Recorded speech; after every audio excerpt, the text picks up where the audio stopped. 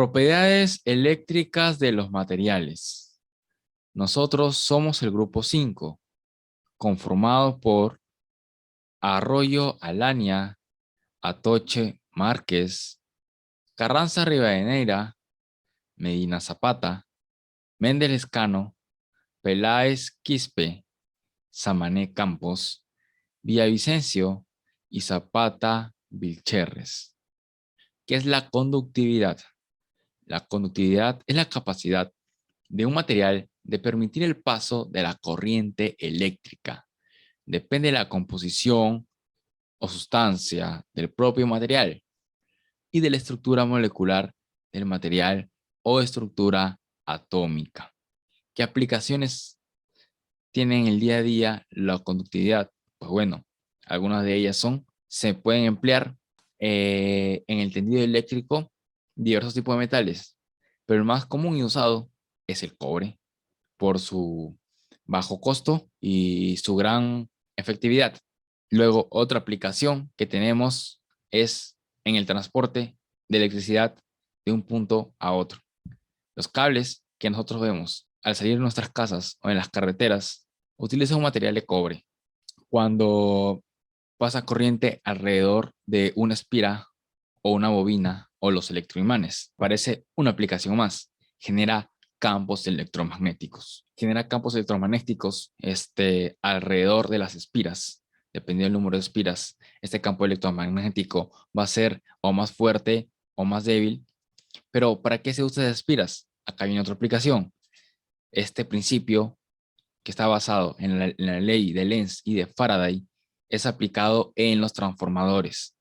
Por eso funcionan los transformadores, gracias a la conductividad que hay, ya que por las espiras de cobre pasa la corriente, creando un flujo entre una bobina y otra bobina, en el cual en el transformador, dependiendo qué número de espiras haya en lado de lado, va a funcionar como transformador, reductor o transformador elevador, el cual es muy común utilizado en las ciudades, ya que de la alta tensión que viene de los campos, de las zonas rurales, la alta tensión que viene desde lejos, lo transforma a baja tensión en corriente alterna para que nuestros equipos puedan utilizar esa energía que viene.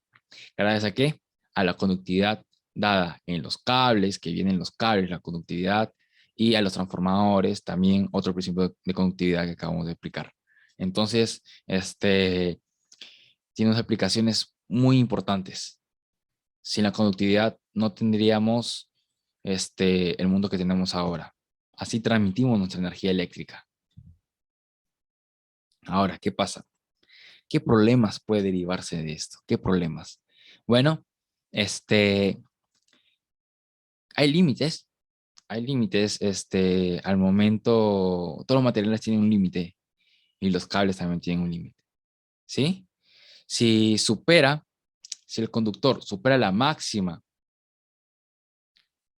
si se supera lo máximo que puede soportar el conductor, el máximo flujo de electrones, causa que se queme un conductor. Es como una tubería. Si una tubería, el caudal de agua es muy elevado, puede llegar a que se rompa la tubería. ¿Ya? Entonces, acá es lo mismo. Si el caudal de electrones que pasa por el cable es muy alto, este puede causar que que se queme el conductor. Esto origina pérdidas, ¿ya? Entonces origina pérdidas porque los cables tienen una máxima cantidad de electrones que puede pasar a través de ellos. Entonces, al momento de trabajar con cables, conductores, es muy importante ver sus parámetros, sus límites máximos para evitar ese tipo de accidentes eléctricos, que no se puede quedar sin accidentes eléctricos, pueden causar un incendio. Así que se tiene que tener en cuenta estas medidas. ¿Qué es la resistividad? Pues bueno, la resistividad es lo contrario a la conductividad. Es el grado de dificultad que tiene un material al paso de la corriente. Depende de la naturaleza y la temperatura. Generalmente la resistividad de los metales aumenta con la temperatura. ¿Esta en qué unidades se mide? Se mide en las unidades de ohm. Esas son las unidades que vamos a usar. Ahora, la cantidad que se utiliza para indicar esta resistencia se llama resistividad, con el símbolo griego que vemos ahí en pantalla, con una P. ¿Qué aplicaciones tiene? Al inicio hablé un poco de las aplicaciones, aquí lo volvemos a recalcar con la imagen que estamos viendo ahí, en el tendido eléctrico, en alta tensión, baja tensión. Muy importante para la distribución de la energía. Entonces, tenemos la resistividad, que es específica y nos indica si un material es conductor o aislante. Podemos ver ese dato que lo encontramos en tablas. Cada material ya está ensayado cuál es su resistividad. Por ejemplo, el del aluminio es 0.0260. Comportamiento dieléctrico es la capacidad de aislar un campo eléctrico en su entorno. ¿Qué tan importante es esto? Este principio es aplicado en los transformadores, ya que se utilizan aceites, un aceite especial, que son aceites dieléctricos que vienen con este principio, de aislar el campo de su entorno. Con este material, con este aceite, con este principio dieléctrico, pueden funcionar correctamente estas máquinas. Bueno, sirve para el proceso de enfriamiento en estas máquinas de transformadores, también utilizado en los cables, también se usa en los cables coaxiales. El material que se utiliza como aislante debe tener una baja constante dieléctrica. ¿Qué otra aplicación tiene? Pues bueno, en los condensadores. Entre sus placas conductoras, con material eléctrico que permite la polarización del condensador. ¿Qué problemas puede surgir a partir de esto? Bueno, hay varios. En el cable coaxial, si la K no es la correcta, habrá un efecto capacitivo en el cable, habrá una atenuación, un dieléctrico de aire y de polietileno. En un condensador, ¿qué podría suceder? Una ruptura dieléctrica, porque el voltaje del condensador es mayor al voltaje de trabajo. ¿Qué podría suceder en un solvente dieléctrico? Que se puede perder la capacidad de soportar tensiones sin producir un arco eléctrico, ya que si se genera un arco eléctrico puede causar graves problemas como un incendio en el transformador y se quema todo. No tener la rigidez eléctrica adecuada, el solvente, puede suceder eso. La rigidez eléctrica, como la vemos en la parte superior derecha, se define con la siguiente fórmula: K es igual a C sobre CO, constante dieléctrica. Bueno, a continuación le doy paso a mi amigo Alexis. Pregunta número 2. Clasifique los materiales de acuerdo con su resistividad y dé algunos ejemplos considerando metales, cerámicos y polímeros. Como podemos observar en la figura, estos se pueden clasificar en conductores, semiconductores y aislantes.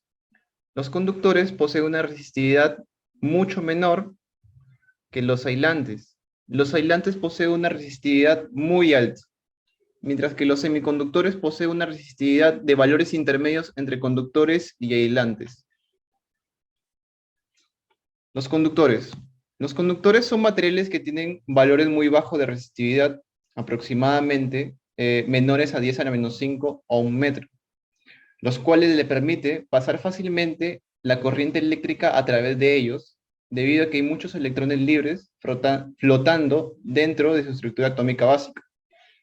Entre los materiales comunes conductores tenemos plata, cobre, el oro y el aluminio, como se puede apreciar.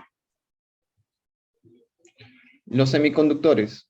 Los semiconductores poseen características intermedias entre conductores y aislantes. Tienen muy pocos electrones libres, y esto es debido a que sus átomos están agrupados en un patrón cristalino llamado red cristalino. La capacidad de los semiconductores para conducir electricidad puede mejorarse en gran medida al agregar o reemplazar ciertos átomos donantes o aceptadores a esta estructura cristalina Y a este proceso se le denomina dopaje. Generalmente en electrónica el dopaje se realiza con impurezas trivalentes y pentavalentes, más 3 y más 5, lo que produce más electrones libres que agujeros y viceversa. En la actualidad los semiconductores más empleados en la industria electrónica son el silicio y el germanio. Con estos materiales se fabrican los diodos, transistores, etc. Ejemplos de materiales semiconductores son el silicio, germanio, el carbono puro, llamado grafito, y arsenuro de galio. Los materiales aislantes son materiales que tienen muy baja capacidad de conducción de cargas eléctricas, y esto ocurre porque en estos materiales se genera una barrera de potencial entre la banda de valencia y la banda de conducción muy alta, lo que dificulta la existencia de electrones libres capaces de conducir las corrientes eléctricas.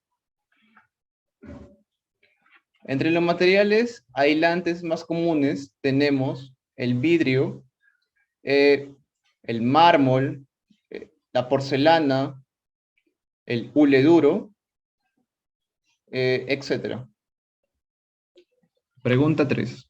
Respecto a la conductividad, ¿cuándo sería la elección más adecuada de un cerámico, un polímero o un metal? Depende de las propiedades que demanda el servicio. En el caso del cerámico, en las líneas eléctricas se transmite energía de alto voltaje o bajo voltaje a lo largo de cables suspendidos. Si bien es cierto, los cables largos a través del trayecto no tienen aislamiento, solamente cuentan con su capa de alambre y su capa exterior. En ciertos puntos es necesario. Por ejemplo, se requieren aisladores en lugares donde los cables entran en contacto con los postes, como ustedes podrán apreciar en la parte derecha superior. Entran en contacto con los postes que los sostienen y también donde entran en contacto con los edificios. Las propiedades que deberían de tener se requieren de estos aisladores eléctricos de porcelana son, al ser aisladores, son malos conductores de electricidad, no responden a campos eléctricos que son producidos por las líneas eléctricas, lo cual ayuda a prevenir incendios por descargas eléctricas. La combinación de la porcelana con otros minerales permite que la electricidad pase sin reaccionar con los conductores eléctricos cercanos, lo cual garantiza seguridad para los alrededores. Poseen una alta resistencia térmica. Esa cerámica soporta temperaturas elevadas. También son ecológicas. Cuando llega el momento de retirar esos aisladores de porcelana, no son un desecho peligroso. Se fabrica a partir de materiales naturales. Otro ejemplo tenemos en la parte inferior, una conductividad especial, como el material del cuarzo. Los cerámicos poseen una conductividad especial en el caso del cuarzo, que son usados en electrónica, ya que cumplen con el efecto piezoeléctrico. Esto quiere decir que, que se vuelven conductores en cuanto se le aplica una fuerza de presión. Los polímeros. Los polímeros son conductores, los polímeros conductores son polímeros insaturados, que poseen cadenas conjugadas de electrones de tipo pi, que se encuentran deslocalizados. Estos polímeros presentan propiedades semiconductoras con energías de banda aproximadamente de 1.5 electronvoltios. Todas estas propiedades ya mencionadas, sumadas al hecho de que muchos de estos compuestos han sido desarrollados de tal forma que puedan ser procesados fácilmente en disolución y utilizados como en capas finas, han facilitado el uso en la fabricación de celdas fotovoltaicas, diodos emisores de luz, conductores, electrodos, etc. Aquí podemos observar una celda fotovoltaica. En la parte de los metales, al ser buenos conductores, esta propiedad es importante en el campo de electricidad. Entre los metales que conducen mejor la electricidad tenemos el aluminio y el cobre. Un ejemplo, en la línea de transmisión de corriente eléctrica se utilizan como conductor el aluminio. Podemos ver en la figura de la derecha. ¿Y por qué el aluminio y no el cobre? Ambos tienen muy buena resistividad, por lo que son muy buenos conductores. El aluminio posee 2.7 por 10 a la menos 8 ohmiometro y el cobre posee una resistividad de 1.6 por 10 a la menos 8 ohmmetro. Pero se elige el aluminio debido a que el cobre tiene un costo más elevado en comparación al aluminio. Además, el aluminio posee un tercio de la densidad del cobre, por lo que los hace materiales más livianos para este tipo de línea de transmisión. Estas propiedades son importantes para las líneas eléctricas. Gracias.